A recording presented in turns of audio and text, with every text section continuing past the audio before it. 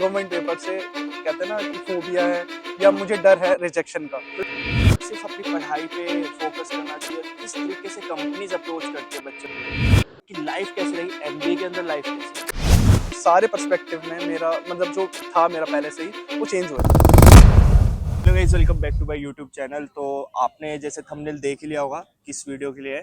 तो हमारे साथ है Vishal from Faridabad. Yes, so guys, जैसे कि धीरज भाई ने बोला, मेरा नाम विशाल है और मैं फरीदाबाद से हूँ। Currently I'm pursuing business analytics in Chandigarh University and right now I am in third semester of MBA. तो विशाल, आपने एमबीए से पहले क्या किया था? So मैंने MBA से बैचलर्स पहले किस में की थी? बैचलर मैंने करी थी कंप्यूटर साइंस इंजीनियरिंग में, बेसिकली बीटेक में। और मैंने बैचलर्स अपनी मानो वैष्णो यूनिवर्सिटी से कंप्लीट करी है, जो कि फरीदाबाद में ही है। हाँ। और वो फरीदाबाद का एक जाना माना और रेपुटेटेड यूनिवर्सिटी है for its placements and education level. हालांकि वो प्राइवेट है बट वो बेटर था। ठीक है, तो एक प्राइवेट कॉलेज से आप बीटेक करी सीएससी में, यस। है ना? उसके बाद क्या किया? बाद मैं कॉलेज के प्लेसमेंट से बैठा, ड्राइव्स बहुत सारी मैंने ली। मैं बहुतों में रिजेक्ट भी हुआ। पहले के ऑलमोस्ट 7 to 8 प्लेसमेंट्स में मैं रिजेक्ट हुआ, जो कि बिल्कुल ही टेक बेस्ड थी, जैसे कि वेब डेवलपमेंट, सॉफ्टवेयर डेवलपमेंट। और उसके बाद मेरे को थोड़ा बहुत रियलाइज हुआ कि हाँ, now it's time to be serious in my life. So I decided to work hard in my domain and as a result मैं बिजनेस एनालिस्ट में एज अ बिजनेस एनालिस्ट में सिलेक्ट भी हुआ तो एट वहाँ कार्गो पे- flash infotech हाँ, solution, जो कि गुड़गांव में ही थी। ये कार्गो फ्लैश जो कंपनी थी, बीटेक के बाद आप डायरेक्ट वहाँ गए? यस। तो कोई बीच में कोई और कंपनी नहीं। स्विच नहीं? नहीं, कोई बीच में नहीं। वो मेरी फर्स्ट कंपनी थी जो हाँ। कि एज अ एम्प्लॉयर मैं जा रहा था। नहीं तो उससे पहले ठीक है। मैं रिलायंस रिटेल में एज अ इंटर्न जा चुका हूँ। हाँ। बट एज अ एम्प्लॉय मैं सबसे पहले कार्गो फ्लैश में गया एज अ बिजनेस एनालिस्ट। सो वहाँ पे मैंने 6 मंथ सर्व हाँ। करा। उसके बाद मेरे को समझ आया कि भाई market needs some more skills, so I decided to pursue my higher education in So, MBA. MBA भी आपने बिजनेस एनालिटिक्स में किया और वहाँ पे भी business analytics As a role. As a role कर रहे यस। थे। तो डिफरेंस क्या है, मतलब क्या सोच के स्विच किया कि भाई क्योंकि बिजनेस एनालिस्ट की प्रोफाइल तो ऑलरेडी थी, क्या ऐसा सोचा सो कि इसका सीधा सीधा आंसर यही है जो मैं बोलूंगा, प्रमोशन। तो बेसिकली एक लड़का या एक एम्प्लॉय जिसके पास सिर्फ और सिर्फ बीटेक की डिग्री हो, उसे जल्दी से विद इन मतलब 3 to 4 years उसको ऐसा मैनेजर नहीं बना सकते। उसको अपने लेवल स्विच करने पड़ते हैं। जैसे कि आपने सुना भी होगा कि सॉफ्टवेयर डेवलपमेंट में लेवल 1 होता है, लेवल 2 होता है, लेवल 3 होता है। वैसे बिजनेस में ही होता है एसोसिएट बिजनेस एनालिस्ट, फिर बिजनेस एनालिस्ट, फिर सीनियर बिजनेस एनालिस्ट। ठीक है। सो ये इसको टापने के लिए, मतलब इसको स्किप करने के लिए मुझे लगा कि मैं डायरेक्टली एक हायर एजुकेशन में जाता हूँ, हायर एजुकेशन परस्यू करता हूँ और उसके विदाउट बाद वेस्टिंग एनी टाइम। यस, मतलब वेस्टिंग तो तब भी नहीं होता, क्योंकि हाँ। मैं अगर यहाँ नहीं होता तो मैं कॉर्पोरेट में होता, जो ठीक कि है। मेरा एक्सपीरियंस में पॉजिटिव एंड प्लस होता Experience हुआ add जाता। होता यस, बट दूसरा रीजन ये था कि मुझे और बढ़ना था। ठीक है। मुझे मतलब जो जिस सैलरी में लगा था उसमें मैं सेटिस्फाइड नहीं था और जल्दी से मैं स्विच नहीं कर पा रहा था, क्योंकि शुरुआत से मुझे कोडिंग में कोई इंटरेस्ट नहीं था। तभी मैं बिजनेस एनालिस्ट के लाइन पे गया था एज आफ्टर द बीटेक। नहीं तो आजकल के जो मतलब स्टूडेंट्स हैं, वो बीटेक के बाद डायरेक्टली वो एज अ सॉफ्टवेयर डेवलपर अपने आप को परस्यू करना चाहते हैं, आगे का करियर उनका। हाँ। तो और ये मैक्सिमम जरूरी है कि सारे स्टूडेंट जो बीटेक में होते हैं वो कोडिंग की लाइन में जाए या ना जाए, मैक्सिमम अलग अलग लाइंस में चले जाते हैं। हाँ, बीटेक आपको बहुत सारा मतलब जैसे एक्सपोजर एक तरीके से बहुत सारे, सॉफ्टवेयर डेवलपर भी बन सकता हूँ, मैं वेब डेवलपर भी बन सकता हूँ, मैं ग्राफिक डिजाइनर बन सकता हूँ। विशाल भाई, एक बात बताओ कि एमबीए तो करने का सोच लिया, ठीक है, सीयू चंडीगढ़ यूनिवर्सिटी क्यों चूज किया, और लाइफ कैसे रही एमबीए की? क्योंकि कई बार ना बहुत सारे ग्रेजुएशन वाले जो स्टूडेंट्स होते हैं ना, बैचलर्स वाले, उनको ये लगता है कि मे बी बैचलर्स के ना अभी ना करे एमबीए, या 5 साल बाद करे एक्सपीरियंस के, है ना? तो वो वाली चीज़ है। तो आपकी लाइफ कैसे रही एमबीए के अंदर, लाइफ कैसे रही, मतलब फर्स्ट ईयर फर्स्ट सेमेस्टर कैसे चलो रहा? शुरुआत से इसको आंसर करते हैं। जैसे कि पहले धीरज भाई ने पूछा कि भाई आप चंडीगढ़ यूनिवर्सिटी में क्यों आए। जी। तो चंडीगढ़ यूनिवर्सिटी में आना, सीधी बात, मेरा बिल्कुल ही डायरेक्टली यही था कि मुझे प्राइवेट ही चाहिए, क्योंकि मुझे गवर्नमेंट पेपर से कहते हैं ना कि फोबिया है या मुझे डर है रिजेक्शन का। मतलब कॉम्पिटिटिव हाँ, एग्जाम्स मैं बेसिकली अब रिजेक्शन, मतलब मेरे को क्या है कि मेरे को रिजेक्शन अच्छे नहीं लगते। हम्म। तो सीधी बात, मैंने डायरेक्टली सी कैट का एग्जाम दिया और फिर मेरे को वहाँ पे स्कॉलरशिप मिल गई और मैं डायरेक्टली यहाँ पे आ गया। ये तो हो गया मेरा चंडीगढ़ यूनिवर्सिटी में आने का रीजन, कि मेरे को प्राइवेट कॉलेज ही चाहिए था। ठीक है। दूसरा रीजन ये है, दूसरा जो आंसर ये है कि जो धीरज भाई ने पूछा कि what is the life in MBA, तो एमबीए में जैसे मुझे लगा कि कुछ बहुत ड्रास्टिक चेंज आएगा मेरी लाइफ में, हाँ, वो क्योंकि आया। काफी सारे स्टूडेंट्स का यही होता है कि एमबीए मतलब एक मास्टर्स डिग्री हो जाती है वो business आया। की। मेरा पर्सपेक्टिव जो था ना, हाँ। जो क्लासरूम से रिलेटेड था, कोई कॉलेज से रिलेटेड था, कोई हाँ। करियर के रिलेटेड था, जो भी था, सारे पर्सपेक्टिव में मेरा मतलब जो था मेरा पहले से ही वो चेंज हुए, सारे पर्सपेक्टिव चेंज हुए। तो सबसे पहला पर्सपेक्टिव मैं बोलूंगा कि दोस्त जो ठीक मेरा है। पर्सपेक्टिव था, जो मेरे मन में था कि दोस्त ऐसा दोस्त होता है, वो नहीं होता है। तो बेसिकली यहाँ पे क्या है, मैं जब बैचलर्स में था और एमबीए में भी हूँ, तो उसका डिफरेंस क्या है। मैं जब बैचलर्स में था तो सारे बच्चे केयर फ्री थे, जितने दोस्त थे सारे केयर फ्री, कोई लोड नहीं, बिल्कुल सब टेंशन मस्ती वगैरह बढ़िया, करते हैं, बिल्कुल अपना खाओ जब पियो मन करे वगैरह। जब उठ रहे हैं, जब मन करे जब बैठ रहे हैं, कोई दिक्कत नहीं है। बट यहाँ एमबीए में आके मेरे को ऐसा एक चीज रियलाइज हुई, यहाँ पे बच्चों में सीरियसनेस बहुत है, चाहे गधे से गधा बच्चा हो। गधे से रिलेटेड मतलब 6 पॉइंटर, मतलब 6 सीजीपीए से लेकर 9 सीजीपीए वाला बंदा सीरियस है अपनी लाइफ में, सीरियस है वो यहाँ पे भी है। हालांकि वो प्राइवेट यूनिवर्सिटी में, जिसको कोई एफर्ट करने नहीं पड़े आने में, तब भी वो लाइफ में सीरियस है कि भैया मेरे को अब वो एक्सपीरियंस चाहिए, स्किल्स चाहिए, अब नौकरी चाहिए उसके लिए प्रायोरिटी। इस मतलब इसमें पर्सपेक्टिव मेरा दोस्त वाला चेंज हो कि दोस्त वो दोस्त नहीं है, वो बस अपनी देख रहा है कि भाई उसका अगर करियर बन गया, वो दोस्ती का टैग अपना हटा देगा, वो ऐसा निकल जाएगा कि आई एम अजनबी। ये चीज सब अपना कर करके अपनी लाइन में चले जाएंगे सारे। मतलब बेसिकली क्या है, अगर आप एमबीए कर रहे हो या आप चंडीगढ़ यूनिवर्सिटी आ रहे हो फॉर मास्टर्स, तो आप ये पर्सपेक्टिव नहीं ला सकते कि मैं दोस्त बनाऊंगा, दोस्तों के लिए जा रहा हूँ। नहीं, यहाँ बड़े पेट पे लात मारने वाले बच्चे हैं। मैं नाम भी नहीं लूंगा, मैं ऐसे कुछ नहीं बोलूँ। मैंने दूसरों की लाइफ एक्सपीरियंस देख ली, मैंने अपनी लाइफ एक्सपीरियंस देख ली। मेरा पर्सपेक्टिव तो यही है कि यहाँ दोस्त नहीं बन सकते अनटिल अनलेस उनका कोई मोटिव। लेकिन एक हम एमबीए के अंदर एक अच्छा ग्रुप बना सकते हैं, ग्रुप बन सकता है, बना सकते हैं कि जिनसे वो बनेंगे, वो एग्जैक्टली बनेंगे, सकते हैं या सिखा भी सकते हैं उनको, है ना। यहाँ टैलेंट की कोई कमी नहीं है, मैंने ये नहीं बोला कि टैलेंटेड बच्चे नहीं है, बट यहाँ पे दोस्त नहीं ढूंढ सकते आप तगड़े वाले। बिल्कुल रियल फ्रेंडशिप होती है बचपन रेयर है, मैं मना नहीं कर रहा कि नहीं बनेंगे, बट रेयर है, सबके नहीं बन। इसमें ये था और एमबीए में ये नहीं है।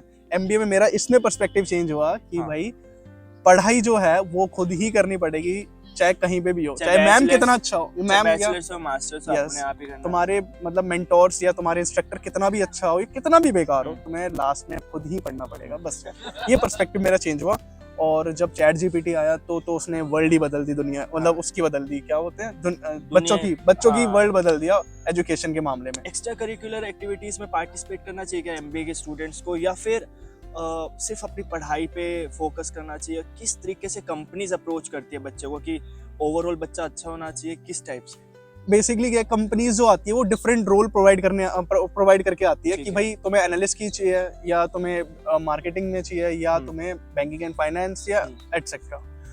तो डिफरेंट करिकुलर एक्टिविटीज में पार्टिसिपेट करके तुम्हारा जो यही बेनिफिट होगा कि तुम्हारा आगे का डोमेन क्या है। फॉर एग्जाम्पल, अगर बच्चा मार्केटिंग में ही है और वो एक्स्ट्रा करिकुलर एक्टिविटीज में पार्टिसिपेट करके वो ऐसा मार्केटिंग वाली एक्टिविटीज कर रहा है कि भाई यहाँ पे हमें पब्लिसिटी बढ़ानी है, फॉलोअर्स बढ़ाने, या मतलब अटेंशन सीक करना है, या फॉर एग्जांपल ट्रेडर्स। हमारे एक इवेंट हुआ था जिसमें ट्रेडिंग से रिलेटेड इवेंट हुआ था, जिसमें हमें प्लेइंग कॉइन्स दिए थे, मतलब प्लेइंग मनी दिया था, यूसी जैसे कहते हैं। बेसिकली कॉम्पिटिशंस यस करवाती है कॉम्पिटिशन। तो जिसका जो इंटरेस्ट है, फॉर एग्जांपल मेरा बैंकिंग एंड फाइनेंस में इंटरेस्ट है, तो मैं सीधा उस वाले लाइन में जाऊंगा। मैं एनालिस्ट में इंटरेस्ट है तो मैं उस वाले इवेंट्स में जाऊंगा, जिसमें सर्टिफिकेट ही क्यों ना हो, बट उसको कुछ एक्सपीरियंस आया ना कि कुछ प्रॉब्लम जो आई कि मैं उसे सॉल्व कैसे कर नहीं क्यों नहीं कर पाया, मैं सब घर जाके वापस प्लस अपना नेटवर्किंग भी बढ़ा सकता है बच्चा। 5 अलग नए बच्चों से मिलेगा, ग्रुप बनाएगा, लिंक्डइन शेयर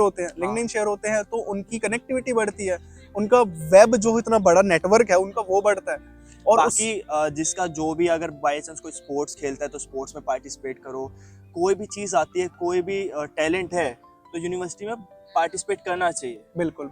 मैं अपनी बात करूंगा, बेसिकली तो ग्राफिक डिजाइन करना था, एक वेब पेज डिजाइन करना था, उसको CSS से ऐसे सजाना था, उसको ऐसे डिजाइन करना था ताकि वो बहुत अट्रैक्टिव और मतलब प्रॉफिटेबल हो सके, अगर जो भी कंपनी या जो भी उसे यूज करे वो बहुत अच्छी तरीके से अट्रैक्शन गेन कर सके।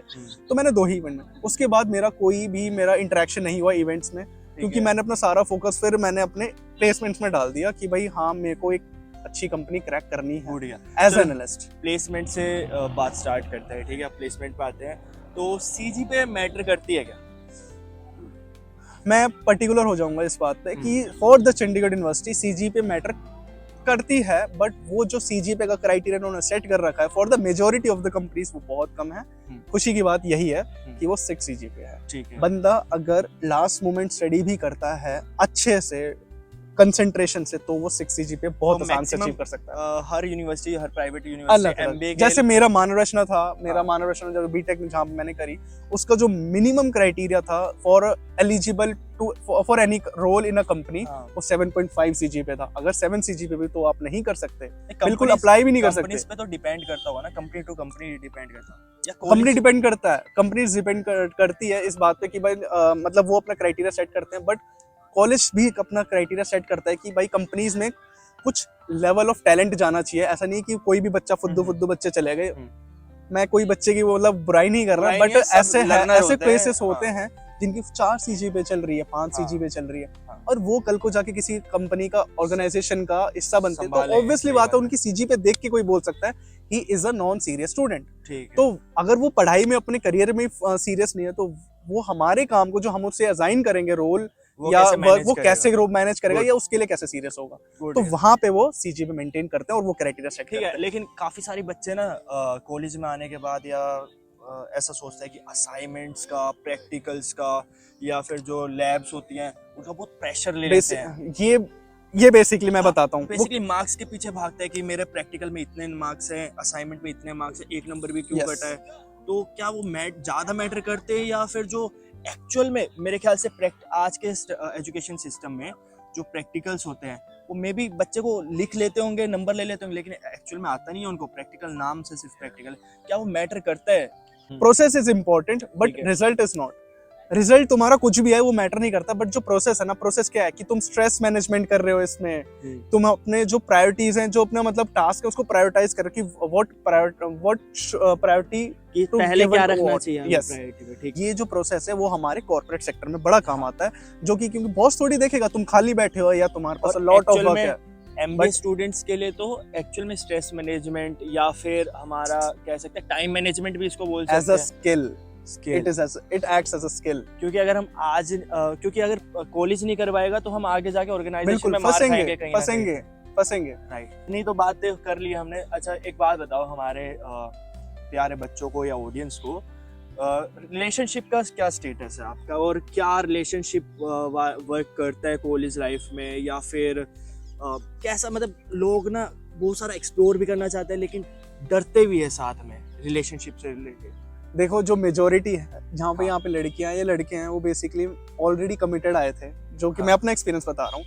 मेजोरिटी कमिटेड आए थे, सुंदर सुंदर लड़कियां कमिटेड आए थे। हम तो बस ऐसे ही अरे यार रह गया मैं, फिर रह गया तो दोस्त बन के मतलब कुछ टाइम स्पेंड करके 1-2 महीने दोस्त बने आराम से, उसके बाद उन्होंने सोचा कि दोस्ती को मतलब ऐसा रिलेशनशिप में कन्वर्ट करते हैं। वो लंबा चलता है भाई, वो लंबा देखा भी, अभी भी लोग कमिटेड है जो कि मेरे नोन में है, वो बढ़िया चल रहा है। बट ये है, बट बंदी मिल जानी है ऐसा मैं कह रहा हूँ, मेरी नहीं है वो बात अलग है भाई, सबको मिल जाएगी कॉलेज में आने के बाद। लेकिन मास्टर्स में एक्चुअली में मास्टर्स में क्या होता है कि काफी सारे बच्चे नॉट इंटरेस्टेड भी होते हैं, जैसे विशाल ने बोला कि ऑलरेडी कमिटेड आते हैं, क्योंकि किसी का मैक्सिमम ज्यादा टाइम होता नहीं है मास्टर्स में, बैचलर्स का गेम होता है रिलेशनशिप वाला कॉलेजेस में। और अच्छा इसका अगर करना चाहिए नहीं करना चाहिए स्टूडेंट्स को, अगर मतलब कि पढ़ाई पे तो कोई फर्क नहीं डालेगा? बिल्कुल डालता है ये, क्योंकि आप सबको भी पता है कि relationship needs time and attention. अगर टाइम और अटेंशन नहीं दोगे तो कोई लड़की हो या लड़का हो दोनों फ्रस्ट्रेट हो जाते हैं कि भाई अरे यार फिर किस बात का बंदा, अगर ये यहाँ काम नहीं आया, फिर किस बात का बंदा है कि भाई मतलब ये मेरी फीलिंग्स नहीं समझ पाया, या मैं उसको पता ही नहीं कि मैं उसे याद कर रही हूँ या कर रहा हूँ। मतलब लड़कों के लिए भी है ये, तो ये चीज है। तो अगर तुम टाइम और अटेंशन या टाइम और प्रायोरिटी अगर तुम अपनी बंदी को दे रहे हो इंस्टेड ऑफ योर स्टडीज या अपना करियर एक्टिविटीज को देने के अलावा, तो फिर वो थोड़ा सा नेगेटिव हो जाता है। इंटर्नशिप का क्या सिस्टम रहता है एमबीए के अंदर, कि कितना इंटर्नशिप जरूरी है? हमने बीटेक में भी इंटर्नशिप करी होगी किसी कॉलेज उसमें, इंडस्ट्री में। और अभी एमबीए के अंदर क्या इंटर्नशिप का प्रोसीजर, क्या बिना इंटर्नशिप के भी हम एमबीए कंप्लीट कर सकते हैं और आगे ऑर्गेनाइजेशन में काम कर सकते हैं, या इंटर्नशिप मैंडेटरी होती है? कि इंटर्नशिप इज नेसेसरी, पर जो चीज समझने के लिए वो हमारे करियर के लिए है। करियर के लिए इंटर्नशिप ज्यादा इंपॉर्टेंट है। कॉलेज वाले तो खुद के लिए इम्पोर्टेंट है कि हम एक प्री लर्न करके जाएं चीज़ें अपने कॉलेज के अंदर ही, ताकि हम आगे जाके ऑर्गेनाइजेशन में इजीली वर्क कर सकें, कि ऐसा भी काम हमारे तरीके से आए। बेसिकली इंटर्नशिप दूसरा मतलब एक छोटा नाम होगा मतलब जॉब के लिए। तो मतलब इंटर्न अगर जॉब में 80% काम हो रहा है तो इंटर्नशिप में वही काम को मतलब 60 या 40% में कर देते हैं काम। वो बस एक छोटा सा तुम्हें क्या कहते हैं कि प्रीव्यू देना है, प्रीव्यू देना कि भाई तुम्हारे साथ कॉर्पोरेट में क्या होने वाला है, या तुम्हें कौन कौन से रोल मिल सकते हैं वगैरह। बट जितनी ज्यादा इंटर्नशिप हो उतना हमारा सीवी यहाँ से यहाँ जाता है, ठीक है, ये ज्यादा इंपॉर्टेंट है। और हाँ, एक चीज और, जैसे धीरज भाई ने बोला कि भाई इंटर्नशिप कैसे मिलती है, या क्या मतलब मिलती है भी नहीं मिलती है, बट मैं जो एक्सपीरियंस करके आया हूँ चंडीगढ़ यूनिवर्सिटी में, यहाँ जो डीसीपीडी वाले बच्चे हैं उनको मिल रही है इंटर्नशिप। बंदे में थोड़ा टैलेंट हो, थोड़ा सीवी उसने अच्छा कर रखा हो, मिल जाएगी। बट बहुत सारे इंटर्नशिप्स मैंने भी अप्लाई करे थे, बहुत समय आउटसाइड, हाँ आउटसाइड भी और इन कैंपस भी करे हैं। मेरा सिलेक्शन हो गया था as a power BI intern at Celebal Technologies from Chandigarh University. हाँ, कोई भी मतलब डेटा साइंटिस्ट से रिलेटेड या बिजनेस अपने कोर्स से रिलेटेड मिल जाती है, अप्लाई किया इंटर्नशिप मिल जाती है। हाँ, मेरे को बाहर से भी कॉल आया था। ठीक है, तो जैसे हमने बताया इंटर्नशिप का हो गया, हमने सीजीपी के बारे में करा, ठीक है। तो जॉब पोर्टल्स कोई एक्स्ट्रा यूज किया आपने, जॉब पोर्टल्स उसके लिए? यस, जॉब पोर्टल्स जैसे कि यस, मैंने job portals apart from our college campus placement portals के अलावा भी मैंने बहुत सारे अलग पोर्टल्स भी यूज करे हैं, जो कि बहुत पूरी दुनिया यूज कर रही है। जैसे कि आपने सुना होगा naukri.com हो गया, ग्लासडोर हो गया, लिंक्डइन हो गया, ठीक है, और भी बहुत सारी हैं। मेरा जो मेन मोटिव था वो बेसिकली अब्रॉड का था कि मेरे को डायरेक्टली बाहर से ही कॉल आ जाए या ऑफर आ जाए, तो उसके लिए मैंने बाहर से लिख लो ये naukrigulf.com। तो naukrigulf.com बेसिकली आप उन जॉब्स के लिए अप्लाई या एलिजिबल हो सकते हो जो कि गल्फ कंट्रीज में है। हाँ। जैसे कि सऊदी, मतलब Saudi Arabia, Dubai, Oman, like this. So maximum countries वही हैं, वहाँ पे आपका इंटरनेशनल naukrigulf.com, ठीक है। तो ये है। बाकी उसके अपार्ट मैंने नौकरी में अप्लाई करता, बट मेरे को नौकरी से बहुत कॉल आए as a business analyst from Lucknow. Maximum बच्चों के ना ये रहता है कि यार अप्लाई तो करते हैं ऑनलाइन, लेकिन एप्लीकेंट्स इतने सारे हैं कि मेरा सिलेक्ट नहीं होता। देखो प्रॉब्लम क्या है, मेरे रेज्यूमे में दिक्कत है या फिर क्या? अब रेज्यूमे से याद है, इन बच्चों को रेज्यूमे भी बता देना यार, कैसे फॉर्मेटिंग करते हैं।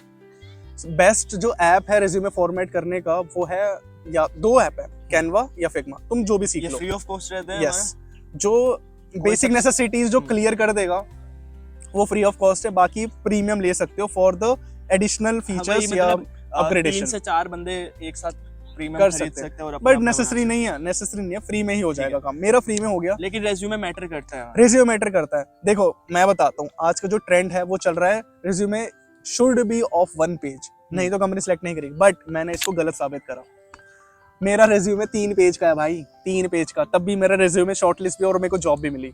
देख लो, अब तुम बोलोगे कि डिलोएट में हो गया, मतलब कुछ भी बोला, कुछ भी नहीं बोल रहा भाई, जो बोल रहे सारा बिल्कुल परफेक्ट है। तो बेसिकली मेरा जो टैक्टिक क्या था वो मैं आपसे शेयर करना चाहता हूँ।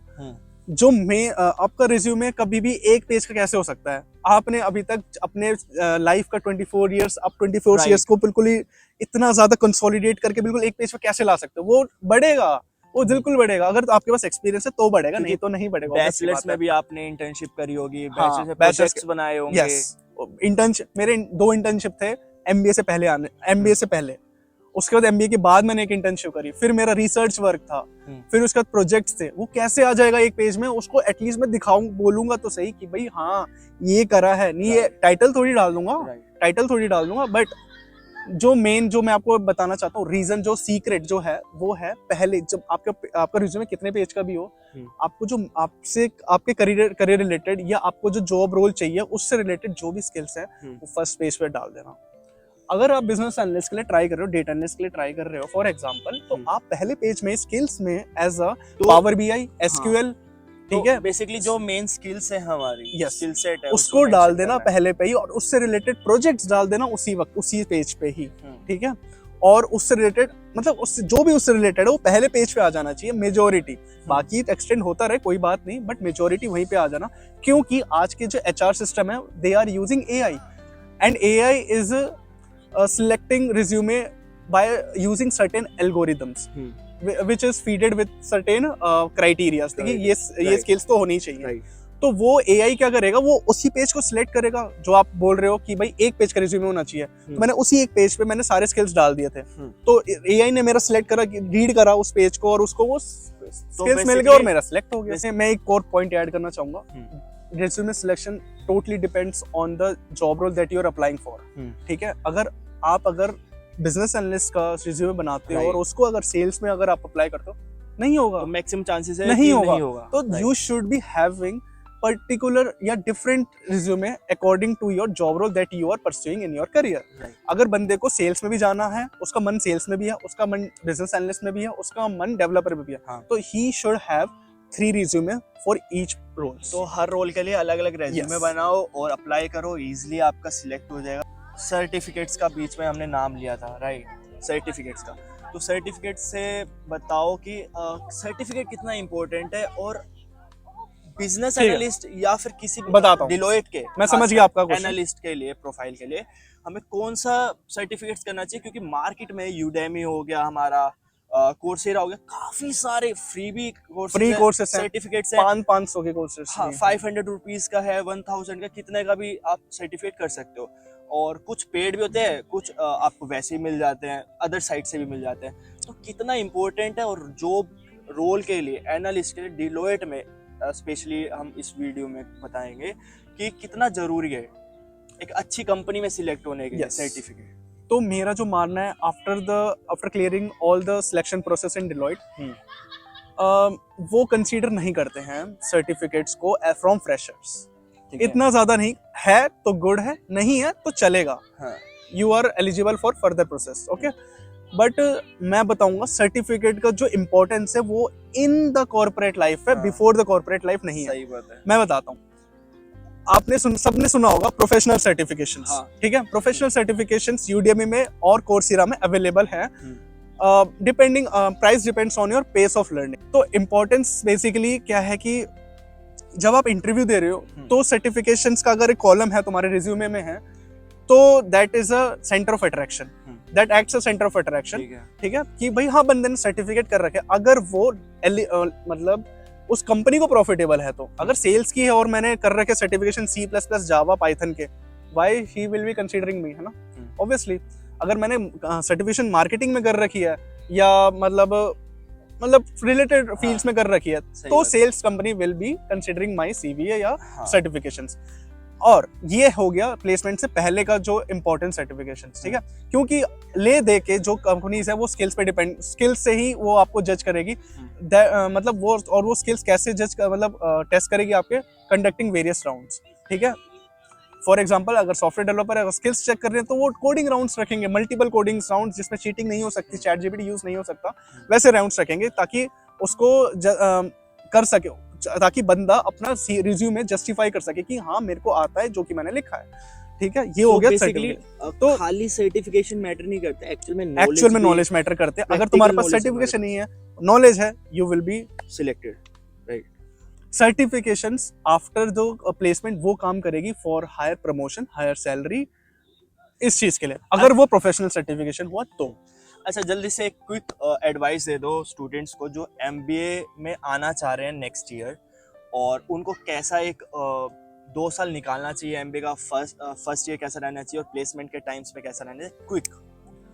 क्विकली जो हम बोलना चाहूंगा मैं कि भाई आते ही मतलब मन बना के आया एमबीए का, तो सीधी बात है पढ़ना है, पढ़ोगे तो 7.5 सीजीपीए से ऊपर रख के चलना। ये मैं ये बिल्कुल मैं बहुत इजी चीजें बता रहा हूँ, उसको अगर तुम करोगे तो प्लेसमेंट से आराम से मिल जाएगी।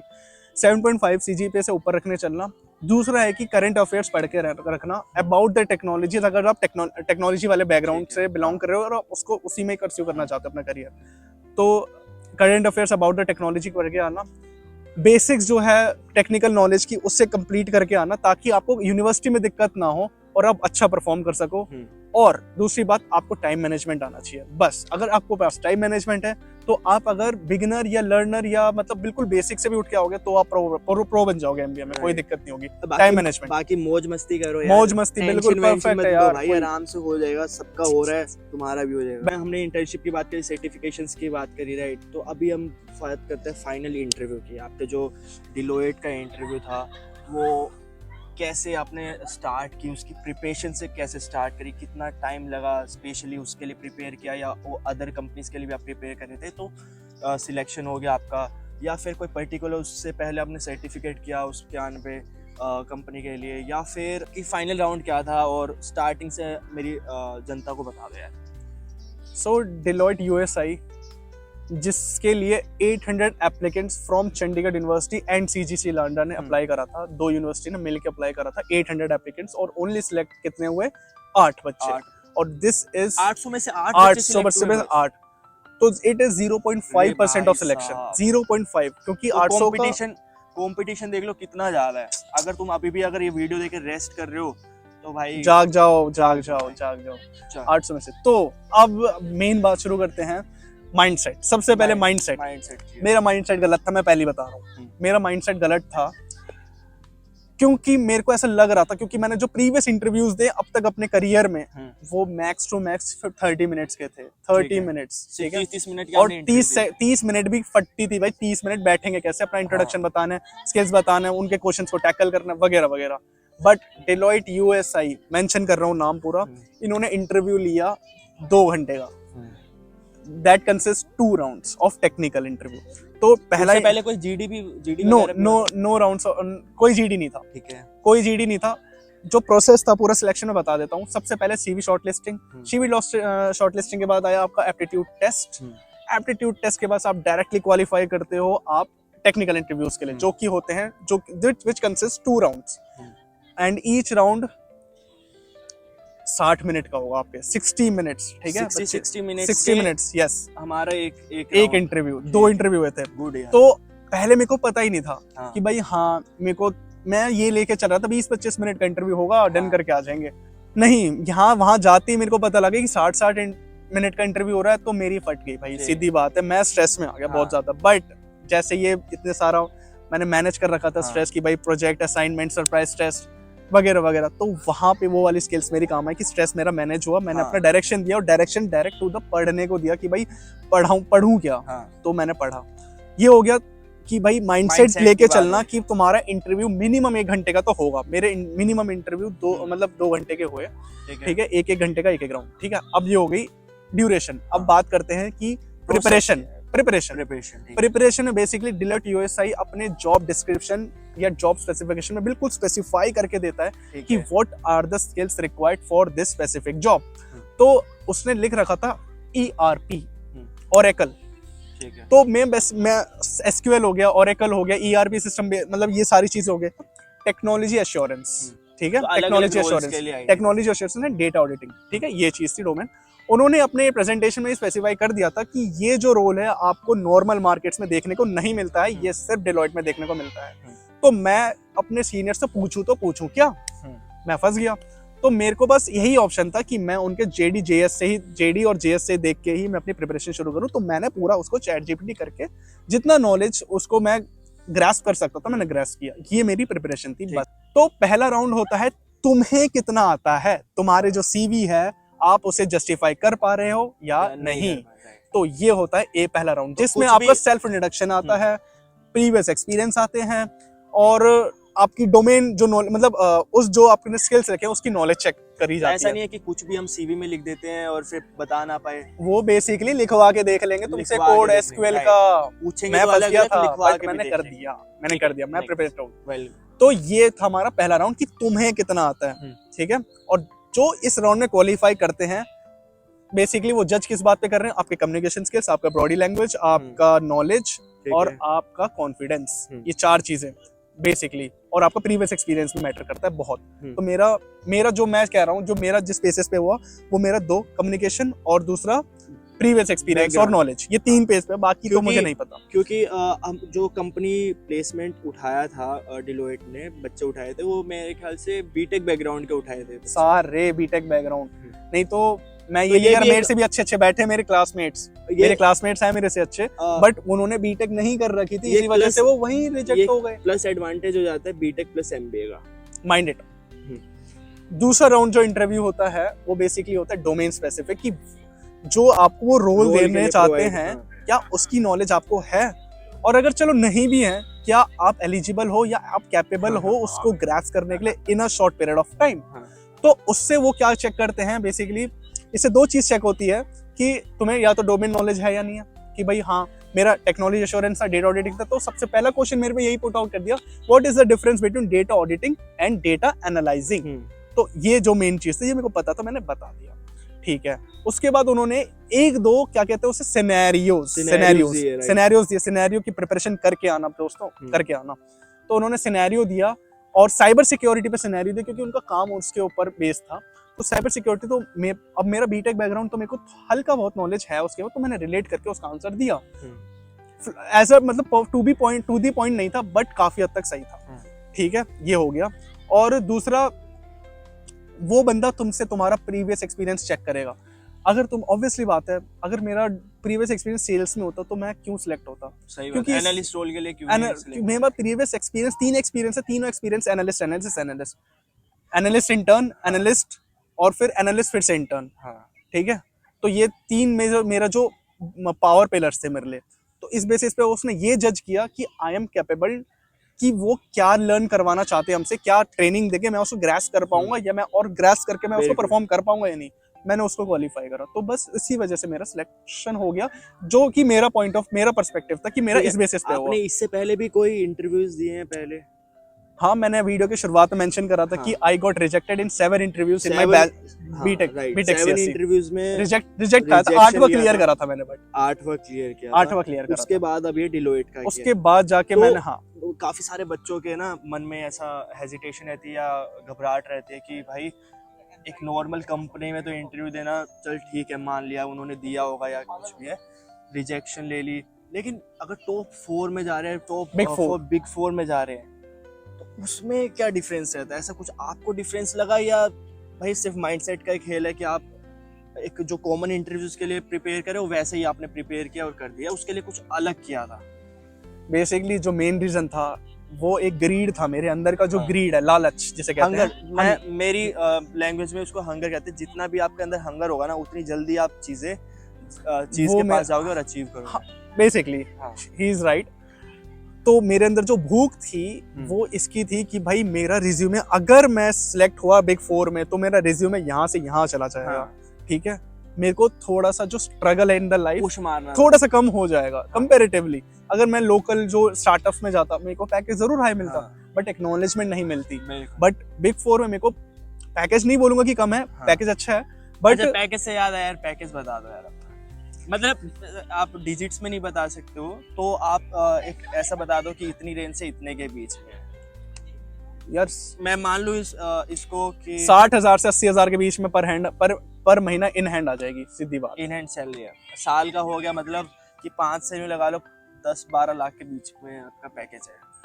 जब आपका सिलेक्शन हो गया बिग 4 में, ठीक है, तो क्या फीलिंग क्या थी अंदर की, और कितना, मतलब क्या किया एग्जैक्ट सेकंड मोमेंट पे, क्या किया उसके आफ्टर सिलेक्टेड? इंस्टाग्राम तो देखते होगे आप, हाँ। CID वाला प्रद्युमन वाला। हाँ। पहले क्योंकि मेरा second interview to the point मेरे एक्सपेक्टेशन से अच्छा नहीं गया था, तो मेरे को नहीं लग रहा था मेरा इंटरव्यू हो जाएगा वो क्लियर। तो जैसे उन्होंने मेरा नाम अनाउंस करा कि Vishal Samal you got also in the list, तो फिर मेरे अंदर यही फीलिंग है। और उसके सेकंड्स के बाद मेरे आंखों में आंसू आ गए, मैं इमोशनल हो गया कि भाई हाँ यार, मेरे को खुद से इतनी उम्मीद नहीं थी ना, मेरे को मतलब जो मेरी बहन है उसको भी मेरी से उम्मीद नहीं थी कि भाई मैं इतना बड़ा मतलब कर जाऊंगा टास्क। मेहनत और माइंडसेट। बस मैं एक चीज और बोलूंगा, एक चीज होती है किस्मत भी बहुत ज्यादा मैटर करती है। अगर जो, और उसको मैं मेजॉरिटी उसको ही साथ देती है जो मेहनत करता है, क्योंकि अब वो मेहनत कर चुका है, वो सारे पॉइंट्स कवर कर चुका है, जहाँ से वो लूप होल सारे कवर कर चुका है, तो वो ऑलरेडी। मतलब पॉजिटिव रिजल्ट आना हाँ। उसके बाद उसका। तो अगर थोड़ा सा पॉइंट रह भी जाता वो बाय लक मैं बहुत खुश हुआ था, भगवान साथ दे बहुत देते। ज्यादा खुश तो हुआ था। भगवान में विश्वास रखते हो कि नहीं रखते? मैं रखता हूँ भगवान में विश्वास। मैं मतलब धर्म से हाँ। तो हिंदू हूँ, हाँ। ठीक है, और मेरे जो मतलब जिसमें मैं ज्यादा बिलीव करता हूँ वो कृष्ण भगवान है, बाल गोपाल, और मैंने उनको बहुत ज्यादा अच्छा, तो थैंक्स किया कि सिलेक्शन भाई के बाद सबसे पहले फोन कॉल किसको किया? मम्मी को के पापा को? सबसे पहले क्विक इतना मम्मी सोचना पापा है? को ही करा, ऑब्वियसली दोनों बात है, को क्योंकि नहीं फैमिली ग्रुप में वीडियो कॉल डाल दी थी मैंने। वाह। हमारा न्यूक्लियर फैमिली है तो हम 4 जने ही थे, ठीक है। तो मैंने उसी पे वीडियो कॉल डाल दी थी और मैंने तो उनका तुरंत ही रिएक्शन क्या था भाई? सबसे पहले क्योंकि तो बताया। क्यों उनका रिएक्शन टू द पॉइंट नहीं था कि वाओ ये हाँ। वो या ये, ऐसा नहीं, बट क्योंकि मैं उनको पल पल पे खबर दे रहा था कि भाई हाँ मेरा सेकंड राउंड में जा रहा हूँ, हाँ। मतलब मेरा मतलब क्या बोलते हैं उसे, फर्स्ट राउंड है, मैं जा रहा हूँ। हाँ। फिर जब आ रहा हूँ तो मैंने आ चुका हूँ, फिर जब रिजल्ट आ रहा है मैं सिलेक्ट हो गया हूँ, हाँ। फिर सेकंड राउंड में जा रहा हूँ, फिर आ रहा हूँ, फिर सिलेक्ट हो गया हूँ। तो ये मैं उनको बता रहा था, तो उनके अंदर जो सस्पेंस था ना वो धीरे धीरे मर रहा था। तो प्लेसमेंट, बट जब हाँ। हुआ सिलेक्ट तो पापा ने बधाई बहुत दी, हाँ। दीदी ने भी दी और मम्मी ने भी दी, और जो मेन बात है मेरे को उन्होंने 5,000 रुपए यूपीआई डाल दिया कि भाई पार्टी कर, ऐश कर, आज तेरा दिन तो है। प्रॉपर भाई घर वालों का Okay. आपने बताया कि बड़ा अच्छा लगा कि आपका डिलोइट में सिलेक्शन हो गया, ठीक है भाई, कांग्रेचुलेशंस भाई। आप और भी आगे जाके सीनियर मैनेजर बनो, कंपनी के डायरेक्टर बनो, और भी आगे जाओ। ठीक है, तो मेन कंसेप्ट हमारा यही था ये वीडियो बनाने का कि विशाल का बिग 4 में हुआ, जो ऑडियंस देख रही है उनमें भी थोड़ा सा ऐसा पंप आए कि वो भी छोटी से छोटी या बड़ी से बड़ी कंपनी क्रैक कर सके इजीली, कि चाहे वो रेज्यूमे से रिलेटेड प्रॉब्लम आ रही हो उसको फॉर्मेटिंग करके अच्छा रेज्यूमे बना लो, सर्टिफिकेट्स थोड़े और इम्प्रूव कर लो, थोड़ा अच्छे लेवल के सर्टिफिकेट्स कर लो, जितना सेंटर ऑफ अट्रैक्शन बनने की कोशिश हाँ। कर सकते हो ना उतना बन जाना, बट एक स्मार्ट तरीके से। थोड़ा एक्स्ट्रा करोगे तो फिर वो थोड़ा हौच-पौच हो जाता है। जितनी प्रैक्टिकल नॉलेज ले सकते हो, सब्जेक्ट से रिलेटेड हो गया या फिर कोई भी एक्स्ट्रा करिकुलर से हो गया, उतनी प्रैक्टिकल नॉलेज लो, है ना। और क्या एडवाइस देना चाहोगे ऑडियंस को?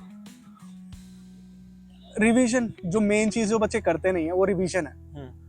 रिवीजन करते रहो, आपको स्ट्रेस ही नहीं आएगा, सीधी बात, आपको स्ट्रेस ही नहीं आएगा, ना प्लेसमेंट में आएगा और ना ही उसमें आएगा। और जो मेन चीज है, जो जहाँ बच्चे अटक रहे हैं और जहाँ बच्चे चीटिंग करने की कोशिश कर रहे हैं, वो है एप्टीट्यूड।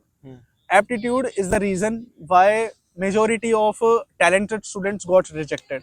उनके पास टैलेंट है, स्किल्स है, उनके पास एक्सपीरियंस भी है, बट उनके पास एक चीज नहीं है, एप्टीट्यूड। एप्टीट्यूड मतलब कि लॉजिकल रीजनिंग, ठीक है, मैथमेटिकल प्रॉब्लम्स, यही वैदिक मैथ्स वगैरह, बस इनको थोड़ा सा ना मगअप करना है। अगर आप एमबीए करने की सोच रहे हो तो मैं यही चाहूंगा कि आप कैट दे के करो, क्योंकि कैट देते ही ना आपका ये सब चीजें रिवाइज, और अगर नहीं आती तो आ जाएगी। बाकी यार विशाल ने काफी ज्यादा मेहनत की, मेरे आगे की बात है, हम दोनों एक ही हॉस्टल में रहते थे, तो ये प्रॉपर वाला मम्मा बॉय वाला बंदा था, ठीक है, कि सुबह 6 बजे उठना, हाँ 6 बजे उठना, और जैसे ही रात होती थी 11-12 बजे सो जाना। हम बैठे होते थे कि भाई मेरा सोने का टाइम हो गया, और प्रॉपर पढ़ना तरीके से। वीडियो से कुछ भी सीखने को मिला तो भाई प्लीज वीडियो को लाइक, सब्सक्राइब और कमेंट करके बता देना कि आपका पर्सपेक्टिव क्या है, आपका पॉइंट ऑफ व्यू क्या है। हाँ। या मैंने अगर कुछ गलत बोला किसी भी या चीज हम से, दोनों में सर्टिफिकेशन या एंड ऑल, तो आप हाँ। प्लीज हमें कमेंट करके हमें किसी बताइए। अगर किसी चीज में आप करेक्ट करना चाहेंगे वो भी कर सकते हैं, आप बस वीडियो को max to max share, like और सब्सक्राइब करवाइए यार, बिल्कुल,